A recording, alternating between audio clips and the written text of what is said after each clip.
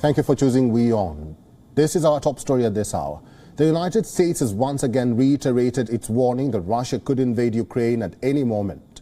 This as talks on the highest levels between the West and Russia continue in a bid to defuse the situation, which in recent days have heightened dramatically.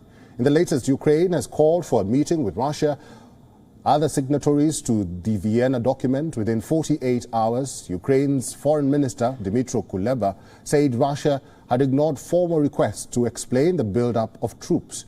And the next step was meeting face-to-face to get transparency about Russia's plans.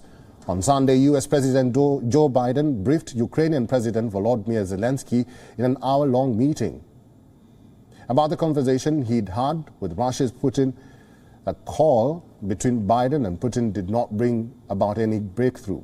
Zelensky's office said that President Biden was issued an invitation to visit Kyiv in the coming days to show moral support and deliver a powerful signal to Russia, but Washington made no mention of this invitation in its readout of the call.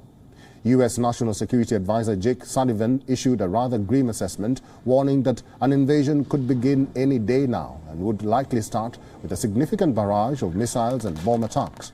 Agreeing with the U.S. that an invasion is imminent is the United Kingdom. A British government spokesperson said that Britain was working on a package of military support and economic aid for Ukraine, which would be announced soon. Prime Minister Boris Johnson will also make a trip to Europe later this week to build support for Ukraine. The statement came after his Defense Minister, Ben Wallace, suggested that some nations were not taking a strong enough stand against Moscow. In an interview with the Sunday Times, Wallace compared Western efforts to head off a Russian invasion to the appeasement of Nazi Germany ahead of World War II. He was referring to the 1938 Munich Agreement that handed Nazi Germany the Sudetenland in western Czechoslovakia in a failed bid to avert major conflict in Europe.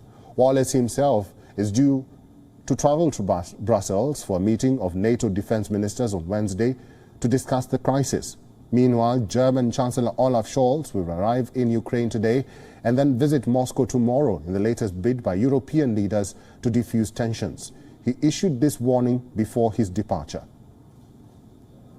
Und deshalb ist es notwendig, klar zu sein, klar zu sagen, dass im Falle einer militärischen Aggression gegen die Ukraine, die ihre territoriale Integrität und ihre Souveränität gefährdet, das zu harten Reaktionen und Sanktionen führen wird, die wir sorgfältig vorbereitet haben und die wir sofort wirksam werden lassen können, zusammen mit unseren Verbündeten in Europa und in der NATO.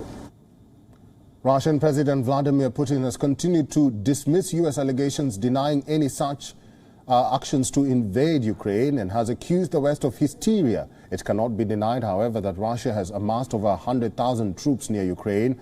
On your screens, you can see that Russian forces now surround Ukraine from all three sides. On the north is Belarus, on the east is Russia itself, and down south is the Black Sea. In the heart of the ongoing conflicts is Russia's security demands. Fundamentally, Russia wants two things. One is the promise that Ukraine never be allowed to join NATO. And two, that NATO refrain from expanding further eastwards, which means remove missile deployments and infrastructure from near Russia's border. The US and NATO have rejected both demands, but continues to push Moscow to discuss them jointly with US and European allies. For now, diplomatic talks continue, even as Russia and Ukraine both stage military drills at their borders.